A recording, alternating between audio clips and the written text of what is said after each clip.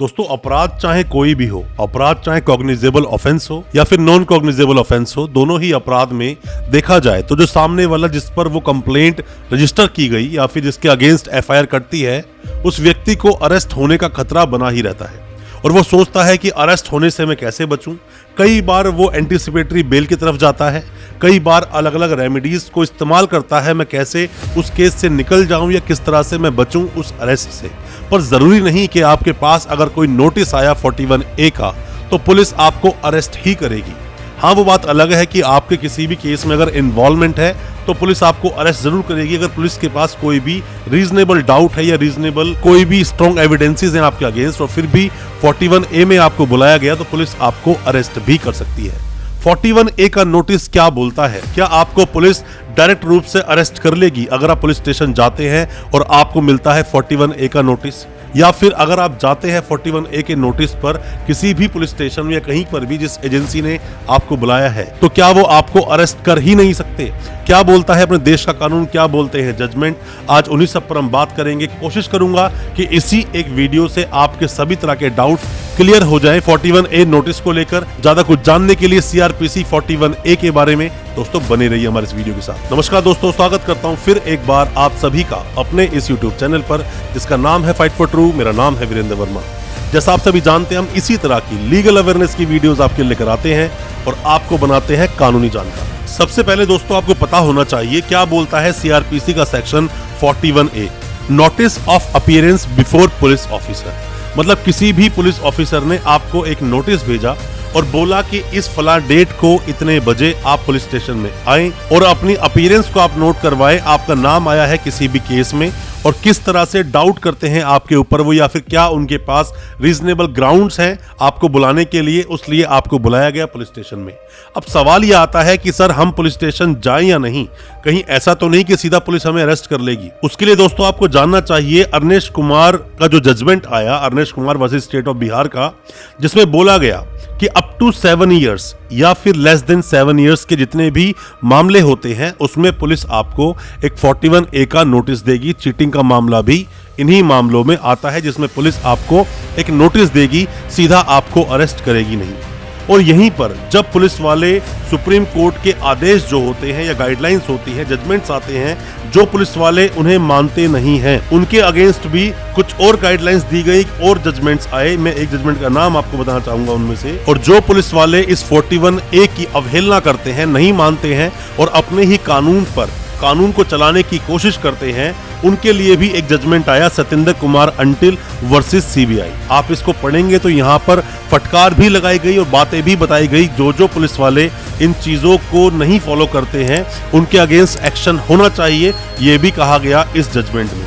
अब दोस्तों बात ये आती है कि 41A का नोटिस आपके पास आए तो आप क्या करें। दोस्तों अगर आपकी इन्वॉल्वमेंट नहीं है, ना के बराबर आपकी इन्वॉल्वमेंट है, तो मेरा मानना है आपको पुलिस स्टेशन जाना चाहिए और पुलिस के पास जाकर अपनी सारी बातों को बताना चाहिए। डिटेल में आप बताइए आपने कुछ नहीं किया है तो मेरा मानना है कि पुलिस आपको ऐसे अरेस्ट करेगी नहीं। और अगर पुलिस के पास कोई रीजनेबल कोई डाउट्स है या कोई भी एविडेंसेस है तो वो पुलिस को शो करने होंगे। ऐसा नहीं कि सीधा 41A का नोटिस दे दिया तो आपको अरेस्ट कर ले। और ऐसे बहुत सारे मुकदमों में, ऐसे बहुत सारे मामलों में देखा गया है कि 41A का जब नोटिस आया और जब वो व्यक्ति गया पुलिस स्टेशन में तो पुलिस ने उसको बिठा लिया, पुलिस ने उसको अरेस्ट कर लिया, ऐसा भी देखा गया है। एंटीसिपेटरी बेल के लिए सीधा चले जाना, अगर आपके पास 41A का नोटिस आया है तो मेरा मानना है सीधा ही आपको 41A का नोटिस मिलते ही एंटीसिपेटरी बेल नहीं लगानी चाहिए। अगर आपको लगता है कि नहीं ये मामला बिल्कुल ही गलत है और मेरे अगेंस्ट जो कार्रवाई हो रही है वो नहीं होनी चाहिए, बिल्कुल झूठा फर्जी मामला है, तो आपको क्वेश्चनिंग में जाना चाहिए। किसी भी हाईकोर्ट में जाकर आप 482 में जो आप क्वेश्चनिंग एक लगाएंगे उससे आपको केस बाहर निकाला जा सकता है। 41A के नोटिस का पालन आप करें, क्योंकि पालन आप अगर नहीं करेंगे तो उसके बाद में अरेस्ट वारंट इशू होगा, 82 की प्रोसीडिंग भी आपके अगेंस्ट चला दी जाएगी। 82 क्या होता है, भगोड़ा कब करार देते हैं, उस पर डिटेल मैंने वीडियो बनाया है, उस वीडियो को आप देख लेंगे तो बेहतर होगा। और आपके साथ 41A जैसी कोई घटना अगर हुई है, आपके पास कोई नोटिस आया है, उसके बारे में आपका क्या था एक्सपीरियंस या क्या बताना चाहते हैं, कमेंट बॉक्स में जरूर बताना, हमें उसका भी इंतजार रहेगा। हो सकता है उन चीजों से और लोगों को कुछ सीखने को मिले। अब दोस्तों होता क्या है, कब कब आपके पास 41A का नोटिस आता है। मान लीजिए कि कोई भी एफआईआर हुई, एफआईआर में आपका नाम है और मामला था जिसकी क्या कैद जो होती है, मतलब सजा जो होती है 7 साल तक या फिर 7 साल से कम थी, वहां आपको 41A का नोटिस आएगा।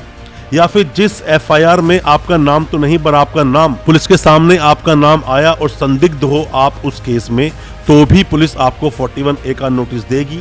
या फिर कोई भी अपराध जो हुआ, उस अपराध को रोकने के लिए आपका कोई नाम आ गया किसी भी अपराध में, अब उस अपराध को रोकना है पुलिस को, तो वहां पर भी 41A का नोटिस आपको सर्व कर दिया जाएगा और आपको पुलिस स्टेशन जाना होगा। हालांकि बहुत सारे स्टेट में मैंने देखा है कि पुलिस वाले 41A को सीरियसली लेते नहीं है। बस उनका काम यह है कि अगर एफआईआर कटी है सीधा तरीके से अरेस्ट कर लो। ऐसी अगर कोई अरेस्ट होती है तो ऐसी अरेस्ट का आपको चैलेंज करना चाहिए, आपको हाई कोर्ट तक जाना चाहिए और ऐसे पुलिस वालों के अगेंस्ट कंप्लेंट भी आपको हालांकि करनी चाहिए, क्योंकि पुलिस भी बाउंड है उसी तरह से कानून को फॉलो करने के लिए, उसी तरह से कानूनी प्रोसीडिंग्स को फॉलो करने के लिए जैसे बाकी लोग हैं। 41 हो या 41A हो, एसेंशियल पार्ट बन जाता है आर्टिकल 21 का। आपकी आज़ादी, जो आपकी दैहिक आज़ादी जो है, स्वतंत्रता जो आपको मिली है, आप स्वतंत्र हैं, ऐसे ही कोई आपकी आज़ादी छीन नहीं सकता। तो आपका जो आर्टिकल 21 है वो भी यहाँ पर हिट करता है। अब दोस्तों बात ये आती है कि 41A का नोटिस आपको सर्व किया गया, 41A का नोटिस पुलिस वाले ने आपको दिया, अब आप क्या करेंगे उसमें? दोस्तों सबसे पहले आप ये बात मानिए कि जो भी कुछ लिखा है 41A के नोटिस में उसका आपको पालन करना चाहिए। आपने कोई अपराध नहीं किया है, आपका नाम आया है तो आपको जाना चाहिए और आप पूरी बात आपको बतानी चाहिए पुलिस वाले को। ऐसे ही पुलिस आपको अरेस्ट करेगी नहीं। बट बहुत जगह ऐसा भी देखा गया है कि पुलिस को आप पूरी बात बताते हो, उसके बावजूद भी पुलिस आपको अरेस्ट करती है। यहाँ पर एंट्री होती है आपके वकील साहब की, जो आपको थाने से आसानी से निकाल कर ला सकते हैं।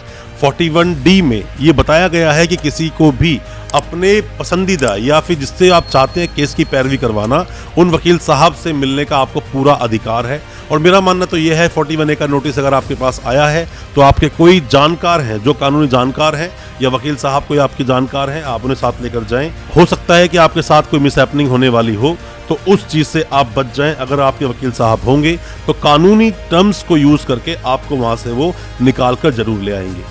हालांकि 41A के तहत सीधा पुलिस ऐसे आपको अरेस्ट करेगी नहीं, और अगर सीधा आपको अरेस्ट करती भी है तो पहले आपको उसका रीजन बताना पड़ेगा, आगे भी रीजन लिखकर देना होगा कोर्ट में कि क्यों उस व्यक्ति को अरेस्ट किया है। और कई बार दोस्तों ऐसा भी होता है कि जहां पुलिस आपको सीधा अरेस्ट नहीं कर सकती और पुलिस अरेस्ट करती है, जैसे कि हमारे केस में ऐसा हुआ था कि सिर्फ चीटिंग का मामला था, उसमें सीधा एक बार पुलिस दूसरे स्टेट की दिल्ली आई। दिल्ली आने के बाद जैसे मजिस्ट्रेट साहब के सामने पेश किया तो मजिस्ट्रेट साहब ने ही वो जो अरेस्ट हुई तो उसका अरेस्ट का होने नहीं दिया और बोला कि पहले आप 41A का नोटिस सर्व कीजिए, उसके लिए इन्वेस्टिगेशन ये ज्वाइन करें, उसके बाद ही आप अरेस्ट करें, ऐसे सीधा आप अरेस्ट ना करें। ऐसे अगर कोई पुलिस आपको अरेस्ट करती है तो यहाँ पर आपके वकील साहब आपकी मदद कर पाते हैं। बस वकील साहब को आपके पूरे मैटर के बारे में पता होना चाहिए, क्योंकि 41A की अवहेलना करना पुलिस को भारी पड़ सकता है और इन बातों को आप खड़े होकर कोर्ट में बोल पाओगे नहीं। यहाँ आपके वकील साहब ही आपकी मदद कर पाएंगे। अब दोस्तों यहाँ बहुत बार आप लोग भी गलतियां करते हो, जैसे कि नीम हकीम खतराए जान जिसे बोलते हैं, मतलब कि कुछ ऐसे लोग जो कानून के बारे में सही ढंग से या पूरी बात को जानते नहीं है, उनकी एडवाइस में आकर आप फरार हो जाते हो और यहीं से आपके साथ प्रॉब्लम्स और ज्यादा बढ़ जाती हैं, प्रॉब्लम्स का सामना और ज्यादा आपको करना पड़ता है। और जब पुलिस आपको अरेस्ट करती है 41A का नोटिस देने के बाद भी, तो यहाँ वैलिड रीजंस बताती है। रीजंस क्या हो सकते हैं? जैसे बोलते हैं कि सर अगर इसको छोड़ दिया तो यहाँ पर वो एविडेंसेस के साथ छेड़छाड़ कर सकता है या एविडेंसेस को गायब कर सकता है, ये भी रीजन हो सकता है। फरार होने का खतरा है उस व्यक्ति का जिसको 41A का नोटिस दिया था, वो भी आया तो है पर हमें उस पर शक है वो फरार हो जाएगा, ये कहकर भी पुलिस काफी बार अरेस्ट कर लेती है। अगर हमने इसको यहाँ से छोड़ दिया तो गवाहों को जाकर डराएगा, धमकाएगा, इंड्यूसमेंट करेगा या फिर किसी भी तरह से अपनी साइड ले लेगा और केस पर पूरा प्रभाव पड़ेगा। ये भी एक बात होती है पुलिस की कई बार, और ऐसी कई सारी संभावनाओं को सामने पुलिस ले आती है जिनको दिखाकर पुलिस वहां पर उस व्यक्ति को अरेस्ट कर लेती है जिसको 41A का नोटिस दिया था। हालांकि सीधा आपको एंटीसिपेटरी बेल की तरफ नहीं भागना चाहिए। अगर आपके अगेंस्ट कुछ भी नहीं है, क्वेश्चनिंग पे जाओ, आपको रिलीफ मिल जाएगा। या फिर एंटीसिपेटरी पे आपको जाना है और आपको लगता है कि एंटीसिपेटरी से आपको रिलीफ मिल जाएगा, एंटीसिपेटरी का भी आप इस्तेमाल कर सकते हैं, प्रावधान है आपके पास। पर मेरा मानना है इन सब चीज़ों को करने से पहले किसी भी अच्छे कानूनी जानकार से सलाह आप ज़रूर लें। सलाह ले लेंगे तो मेरा मानना है कि जो अरेस्ट या फिर आगे जाके प्रॉब्लम्स आपके साथ बढ़ सकती हैं, उन सभी समस्याओं से आप बच सकते हो। आपके साथ जो प्रॉब्लम्स हो सकती है उनका निवारण या फिर उनका हल आपको आसानी से मिल सकता है। दोस्तों, आप क्या जानना चाहते हैं? क्या आपको कभी 41A का नोटिस मिला है, या आप जानना चाहते हैं किसी पुलिस वाले ने आपके साथ गलत किया, कंप्लेंट उनकी आप कैसे करेंगे? कमेंट बॉक्स में अपने सवाल जरूर पूछना। कोई सलाह चाहते हैं आप हमें व्हाट्सएप पर मैसेज करें या अपने कमेंट बॉक्स में जाकर सवाल को पूछें, हम आपको रिप्लाई जरूर करेंगे और कोशिश करेंगे आपको भी जानकार बनाने की। जो भी कोई प्रॉब्लम्स आपके साथ हुई है उसके सॉल्यूशन आपको प्रॉपर तरीके से देने की। दोस्तों, अच्छा लगा आज का वीडियो? हमारी वीडियो को ज्यादा से ज्यादा अपने दोस्तों, परिजन, परिवार में शेयर करें ताकि वो भी अपने आप को कानूनी जानकार बना सके, और हमारे चैनल को अभी सब्सक्राइब करें, साथ में लगा बेल आइकन जरूर दबा दें ताकि इसी तरह की लीगल अवेयरनेस की वीडियोस हम आपके लेकर आ सके सबसे पहले। बहुत बहुत शुक्रिया, धन्यवाद हमारी इस वीडियो के साथ बने रहने के लिए।